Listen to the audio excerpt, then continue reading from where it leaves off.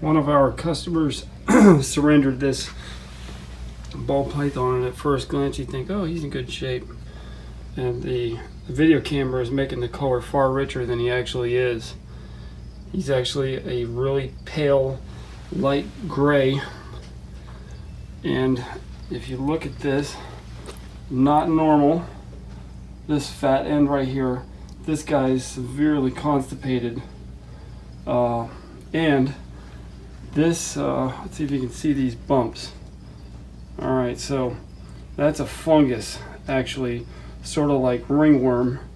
Pseudomonas is one of the many funguses you'll find on reptiles if you keep them in dirty, nasty, gross conditions, which is exactly what this guy was left in. And I don't know if you can see that. He's got mouth rot. It's just sad. So how do we fix it? Well, we got to get him to use the restroom.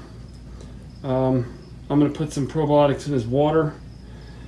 I'm going to put some triple antibiotic ointment around his mouth here. I'm floored that he does not have mites.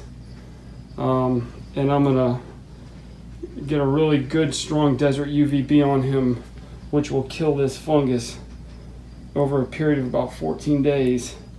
And then he should be in good shape after that. He still has caps on his eyes. Really a bummer.